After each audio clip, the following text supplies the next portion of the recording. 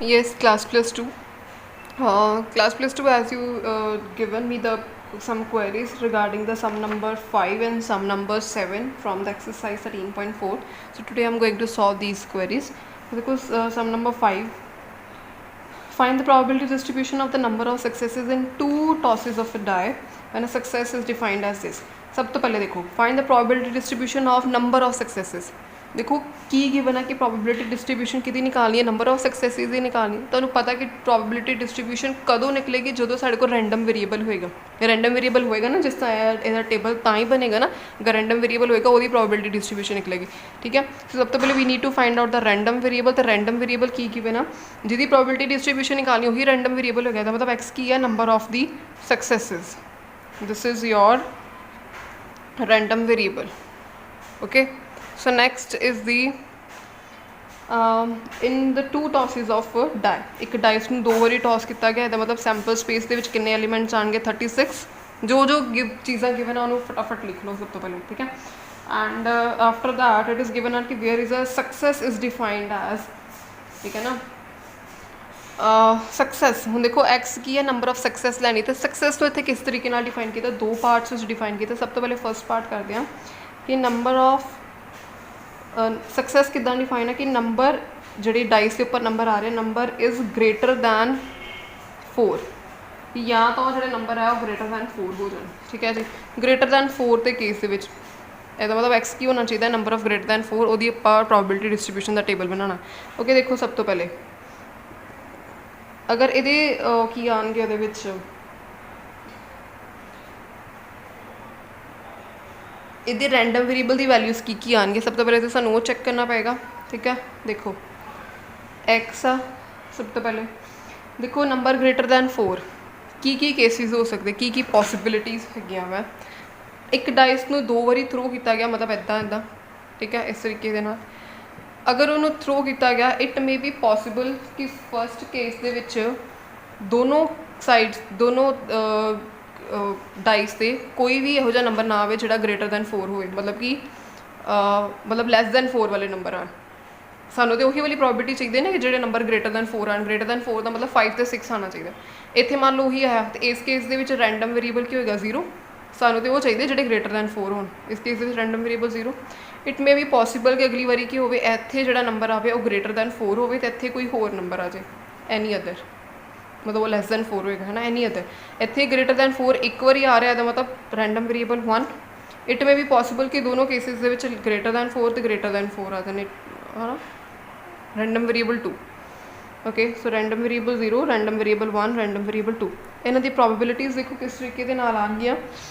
Success ਦੀ probability ਕੀ given ਹੈ ਕਿ number is greater than 4। ਸਾਨੂੰ ਚਾਹੀਦਾ ਨੰਬਰ ਗ੍ਰੇਟਰ ਦੈਨ 4 ਹੋਣਾ ਚਾਹੀਦਾ, ਹੈ ਨਾ। ਇਹਦਾ ਮਤਲਬ ਆਪਾਂ ਦੇਖ ਲੈਣਾ ਕਿ ਨੰਬਰ ਅਗਰ ਗ੍ਰੇਟਰ ਦੈਨ 4 ਆਉਂਦਾ ਵਾ, ਠੀਕ ਹੈ, ਇਹਦਾ ਮਤਲਬ ਕੀ ਹੋਏਗਾ, 5 ਅਤੇ 6 ਆਏਗਾ। ਇੱਕ ਡਾਈਸ ਨੂੰ ਥਰੋ ਕਰੋ ਅਤੇ 5 ਅਤੇ 6 ਆਉਣ ਦੀ ਕੀ ਪ੍ਰੋਬੇਬਿਲਿਟੀ ਹੋ ਸਕਦੀ ਹੈ, 2/6, ਦੈਟ ਇਜ਼ ਇਕੁਅਲ ਟੂ 1/3। ਠੀਕ ਹੈ, ਅਗਰ ਮੈਂ ਰਫਲੀ ਸੋਲਵ ਕਰੀਏ, ਪ੍ਰੋਪਰਲੀ ਤੁਸੀਂ ਆਪਣੇ ਆਪ ਲਿਖੋਗੇ ਉਹਨੂੰ। ਠੀਕ ਹੈ, ਔਰ ਇੱਕ ਡਾਈਸ ਦੇ ਉੱਪਰ ਅਗਰ ਇਹ ਤਾਂ ਆ ਗਿਆ ਕਿ ਗ੍ਰੇਟਰ ਦੈਨ 4 ਆ ਰਿਹਾ, ਫਿਰ ਅਗਰ ਗ੍ਰੇਟਰ ਦੈਨ 4 ਨਹੀਂ ਆ ਰਿਹਾ, ਮਤਲਬ ਲੈਸ ਦੈਨ 4 ਆ ਰਿਹਾ, ਤਾਂ ਪਹਿਲੇ 4 ਨੰਬਰ ਆ ਗਏ। It means 4/6, that is equal to 2/3। ਠੀਕ ਹੈ ਜੀ, ਹੁਣ ਇਹਨਾਂ ਦੀ ਪ੍ਰੋਬੇਬਿਲਿਟੀ ਡਿਸਟਰੀਬਿਊਸ਼ਨਸ ਦੀ ਵੈਲਿਊਜ਼ ਅਸੀਂ ਲਿਖਣੀਆਂ ਵਾ, ਮਤਲਬ PX ਲਿਖਣਾ, ਦਾ ਟੇਬਲ ਬਣਾਉਣਾ। Okay, so x equal to 0 ਜਦੋਂ ਹੈਗਾ ਵਾ, ਇਟ ਮੀਨਸ ਇੱਥੇ ਵੀ ਲੈਸ ਦੈਨ 4 ਆਇਆ, ਇੱਥੇ ਵੀ ਲੈਸ ਦੈਨ 4 ਆਇਆ, ਤਾਂ ਲੈਸ ਦੈਨ 4 ਦੀ ਪ੍ਰੋਬੇਬਿਲਿਟੀ ਕੀ ਹੈ, 2/6। ਠੀਕ ਹੈ, it means 2.3 sorry 2.3 multiply 2/3 which is equal to 4/9। So can I write it as 4/9 ਤੇ। ਠੀਕ ਹੈ, ਨੈਕਸਟ ਕੇਸ ਦੇ ਵਿੱਚ ਆਇਆ ਕਿ ਬੇਟਾ 1 ਅਗਰ ਜਦੋਂ ਆਪਾਂ ਲਵਾਂਗੇ, ਇਟ ਮੇ ਬੀ ਪੋਸੀਬਲ ਕਿ ਫਸਟ ਕੇਸ ਦੇ ਵਿੱਚ ਗ੍ਰੇਟਰ ਦੈਨ 4 ਆਵੇ ਅਤੇ ਦੂਸਰੇ ਕੇਸ 'ਚ ਨਾ ਆਵੇ। ਅਤੇ ਆ ਵੀ ਤਾਂ ਹੋ ਸਕਦਾ ਨਾ, ਇੱਥੇ ਆ ਵੀ ਪੋਸੀਬਲ ਹੋ ਸਕਦਾ ਕਿ ਪਹਿਲੇ ਵਾਲੇ 'ਤੇ ਐਨੀ ਅਦਰ ਆਵੇ ਅਤੇ ਦੂਸਰੇ ਵਾਲੇ 'ਤੇ ਗ੍ਰੇਟਰ ਦੈਨ 4 ਹੋ ਜਾਏ। ਠੀਕ ਹੈ ਨਾ, ਇਟ ਮੇ ਆਲਸੋ ਪੋਸੀਬਲ ਨਾ। ਸੋ ਇਸ ਕੇਸ ਦੇ ਵਿੱਚ ਕਿੱਦਾਂ ਲਓਗੇ, ਇਸ ਕੇਸ ਨੂੰ x ਇਕੁਅਲ ਟੂ 1 ਵਾਲਾ ਮੈਂ ਡਿਫਾਈਨ ਕਰ ਰਹੀ ਹਾਂ। ਠੀਕ ਹੈ, ਪਹਿਲੇ ਕੇਸ ਵਿੱਚ ਗ੍ਰੇਟਰ ਦੈਨ 4 ਆ ਗਿਆ, ਗ੍ਰੇਟਰ ਦੈਨ 4 ਆਉਣ ਦੀ ਕੀ ਪ੍ਰੋਬੇਬਿਲਿਟੀ ਹੈ, 1/3। ਐਨੀ ਅਦਰ ਆਇਆ, ਉਹਦੀ ਆਈ 2/3, ਪਲੱਸ ਐਨੀ ਅਦਰ ਆਇਆ ਅਤੇ 2/3, ਗ੍ਰੇਟਰ ਦੈਨ 4 ਆਇਆ ਅਤੇ 1/3। ਓਕੇ, ਇਹਨੂੰ ਸੋਲਵ ਕਰਕੇ ਆਏਗਾ ਜੀ ਤੁਹਾਡੇ ਕੋਲ ਇੱਥੇ 4/9 ਹੀ ਆਏਗਾ, ਇਹਨੂੰ ਵੀ ਸੋਲਵ ਕਰਕੇ। ਠੀਕ ਹੈ, 2 आया ਇਹਦਾ मतलब कि रैंडम वेरिएबल 2 यानी कि दोनों ही ग्रेटर दैन 4 है, दोनों ही ग्रेटर दैन 4 आने की probability 1/3 1/3 multiply 1/3 which is equal to 1/9। So आप टेबल बन गया तुहाडा। ठीक है, नैक्सट बेटा देखो असीं की लेना वा इहदे विच सैकेंड पार्ट इहदा देख लो 6 अपीयर्स ऑन एटलीस्ट 1 डाई। इहदा मैं सॉल्व करन लगी सक्सैस दी। देखो क्वेश्चन सेम ही आ, उन्हें सक्सैस नूं इत्थे डिफाइन कीता सीगा कि नंबर ग्रेटर दैन 4, इत्थे सक्सैस की डेफिनेशन चेंज हो गई कि 6 अपीयर ऑन एटलीस्ट 1 डाई, यह डेफिनेशन हो गई 6 की। ठीक है, हम इदू सॉल्व करते हैं। यस स्टूडेंट्स देखो 6 अपीयर ऑन एटलीस्ट 1 डाई। ठीक है, मैं इत्थे ना प्रोबेबिलिटी निकाल ली है कि प्रोबेबिलिटी अगर 6 एक डाइस के उपर आता तो की प्रोबेबिलिटी होगी। देखो अगर 2 डाइस में थ्रो किया, अगर 6 आने की प्रोबेबिलिटी होंगी 1/6। ठीक है, तुझे पता ही है।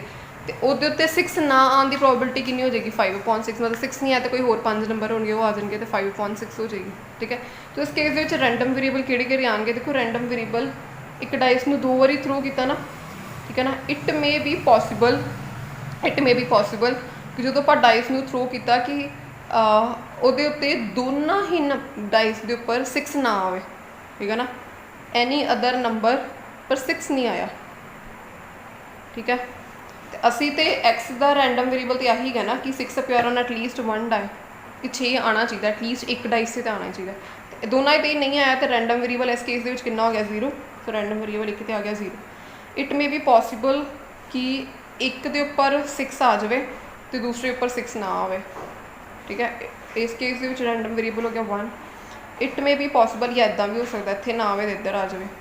ठीक है ना, या इट मे बी पॉसीबल कि दोनों के उपर 6 आ जाए। ठीक है, तो देखो मेरी गल सुनो, तुम सोचोगे कि अगर दोनों उपर 6 आ जाए तो इतने रैंडम वेरिएबल की वैल्यू 2 आ जाएगी, है ना, इदा ही करोगे। पर देखो मेरी गल सुनो ध्यान दे नाल, इट इज़ नॉट इतने बेटा 2 नहीं आएगी। बिकॉज देखो सानू रैंडम वेरिएबल की गिवन है कि 6 अपीयर ऑन एटलीस्ट 1 डाई। ए नहीं क्या कि 6 मतलब एक के उपर ही आना ही चाहिए, मतलब 6 के उपर आए, मतलब इतने एटलीस्ट वर्ड भी तो यूज़ किया ना, at least on 1 die, 6 appear on die, है ना। तो इतने क्या कि एटलीस्ट 1 डाई या एक तो आए तो एक तो बाद जिन्ने मर्जी के आए वह रैंडम वेरिएबल एक ही लवेंगे आप। ठीक है ना, यदा मतलब अगर एक दे उत्ते आया तो वह भी रैंडम वेरिएबल 1, अगर दोनों ते भी 6 ही आ गया ना वह भी रैंडम वेरिएबल 1 ही है। Because it is given that it is given in the condition. ठीक है, तो इतनी गड़बड़ नहीं करनी, गलती नहीं करनी, एटलीस्ट गिवन है सानू इतने। ठीक है ना, 1 या 1 तो ज़्यादा जितना मर्जी आए। ठीक है, सो इन दिस केस यह बनेगा। ठीक है, तो 0 तो 1 ही आएंगे the random variables. In this case x equal to 0 के केस दे विच what is the probability any other आया 6 नहीं आया तो 6 नहीं आया, it means 5/6 multiply 5/6 that is equal to 25/36। ठीक है, एंड इस केस के विच आ तीनों तुहानूं डिस्कस करने पैणगे, 3 केसिस है ये। ठीक है, सो देखो इत्थे अगर 6 आया तो प्रोबेबिलिटी 1/6, अगर 6 नहीं आया ठीक है तो प्रोबेबिलिटी 5/6 प्लस पहली बारी केस के विच 6 नहीं आया, इत्थे आया 1/6, दोनों केसिस के विच 6 आया 1/6 मल्टीप्लाई 1/6। ठीक है, सो 5/6 प्लस 5/6 प्लस 1/6 6 नहीं सॉरी 36। ठीक है ना, सो यह कितनी आ गई 11/36 आ गई बच्चे 11/36। यू कैन ऐड साढ़े को टोटल प्रोबेबिलिटी 1 बन जाती है ना, 25 प्लस 11 है ना 1 बन गई, तो इदा ही आनी चाहिए टोटल प्रोबेबिलिटी साढ़े को। ठीक है, so this is the 5th question. Next is the 7th। हाँ जी students, next is the 7th question from the NCERT। See the example. सब तो पहले स्टेटमेंट देख लो। Coin is biased so that the head is 3 times as likely to occur as a tail. बेटा देखो अगर कॉइन बाइज्ड है, उन्होंने भी क्या कि coin is tossed twice find the probability distribution of the number of tiles. देखो मेरी गल सुनो, उन्होंने क्या कि कॉइन जो 2 बारी टॉस किया गया, 2 बारी टॉस किया गया, तो मतलब कि द सैंपल स्पेस की आ सकती हैड हैड टेल हैड या टेल। ठीक है, हैड 2 बारी आ सकता। तो उन्होंने कहा कि कॉइन बाइज्ड है तो की होया कि हैड जो ना 3 बारी आ गया टेल के मुकाबले, टेल के कंपेयर टू हैड जो 3 बारी आ गया। अदरवाइज 2 बारी आ सकता, मैक्सीमम 2 बारी ही आ सकता, पर इतने की लिखा कि 3 बारी आ गया। ठीक है, सो टोटल आउटकम देखो आप की करेंगे, जो लिखा आप अकॉर्डिंग चलना, बाइज्ड है तो बाइज्ड कॉइन। ओके, सो देखो कि टोटल आउटकम मैंने दसो, अगर कॉइन 2 टाइम्स टॉस किया गया, टोटल आउटकम्स आर 4। ठीक है, सो टोटल आउटकम्स आर 4। मैं इतने लिख देनी हाँ। So in this case head head tail head ते टेल। ठीक है ना, in this case total outcome है साढ़े कोल है ना 4। कि उन्होंने लिखा कि हैड जोड़ा 3 times as likely as tail, कि हैड जोड़ा 3 वारी ज़्यादा आ रहा टेल के नालों, ठीक है। यदा मतलब कि प्रोबेबिलिटी ऑफ गेटिंग हैड कितनी होएगी 3/4, तो प्रोबेबिलिटी ऑफ गेटिंग टेल होएगी 1/4, ताकि दोनों ऐड करके प्रोबेबिलिटी 1 बन जाए साड़ी, ठीक है ना। तो लिखा इट इज़ मैंशन दैट कि head is 3 times as likely as tail. Okay, so यदि प्रोबेबिलिटी होगी number of times head comes of 3 times, तो number of times tail comes of 1 time, तो प्रोबेबिलिटी होगी 3/4 यदि 1/4, ठीक है। So this is the way properly तुम अपने आप लिखोगे नो। If the coin is tossed twice find the probability distribution of the number of tail. Probability distribution number of tail की निकालनी है, तो मतलब रैंडम वेरिएबल भी की होएगा नंबर ऑफ टेल्स, समझ गए हो। जिदी प्रोबेबिलिटी डिस्ट्रीब्यूशन निकालनी होगी तो रैंडम वेरिएबल होएगा। Okay, so number of tail के रैंडम वेरिएबल कढ़ लो। इस केस दे विच अगर आप पॉसिबिलिटी आती, इस केस दे विच रैंडम वेरिएबल 0 टेल आएगी नहीं, आ दोनों केस दे विच एक बारी आएगी रैंडम वेरिएबल 1, इस केस दे विच 2 बारी आएगी रैंडम वेरिएबल 2। सो यदि वैल्यूज 1 0 1 एंड 2। ओके, अगर हैड आया तो इस केस दे विच प्रोबेबिलिटी कितनी बन जाएगी, हैड आने की प्रोबेबिलिटी है 3/4, so 3/4 multiply 3/4 which is equal to 9/16। इस केस दे विच की बन जाएगी हैड टेल तो टेल हैड की देखो जी कितनी बन जाएगी, हैड 3/4 मल्टीप्लाई 1/4 प्लस होंगे 2 इवेंट अगर आ जाए ना, 2 सैंपल स्पेसिस इदा करनी हो तो ऐड करीदा, सो 1/4 मल्टीप्लाई 3/4। ओके, तो इनू तुसी करो कैलकुलेट, ये तुहाडे कोल आ जाएगा जी 6/16 है ना, 3 + 3 6/16, ठीक है जी। टेल दी टेल के केस के 1/4 मल्टीप्लाई 1/4, ओके, सो 1/16 यदा आया सी 6/16 ऐड कर लो जी, ठीक है। सो प्रोबेबिलिटी डिस्ट्रीब्यूशन 1 आ जाएगी थोड़ी। So in this way this is a way to solve the 7 question. Okay, thank you so much.